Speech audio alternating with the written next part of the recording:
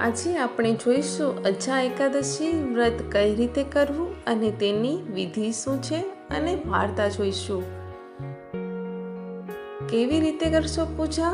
અજા 11 વ્રત જે વ્યક્તિ આ વ્રતને કરે છે તેને 10મી તિથિના રોજ સાત્વિક ભોજન કરવું જોઈએ, જેથી વ્રત દરમિયાન મન શુદ્ધ રહે. જાણો અજા એકાદશીની વ્રત કથા. કુંતી પુત્ર યુધિષ્ઠિર બોલ્યા, હે જનાર્દન, હવે તમે મને શ્રાવણ માસની કૃષ્ણ પક્ષની એકાદશીના વિશે બતાવો. આ એકાદશીનું નામ શું છે તથા તેની વિધિ શું છે તે વિસ્તારપૂર્વક કહો. શ્રી કૃષ્ણ બોલ્યા, હે રાજન, શ્રાવણ માસના કૃષ્ણ પક્ષની એકાદશીને અજા એકાદશી કહે છે.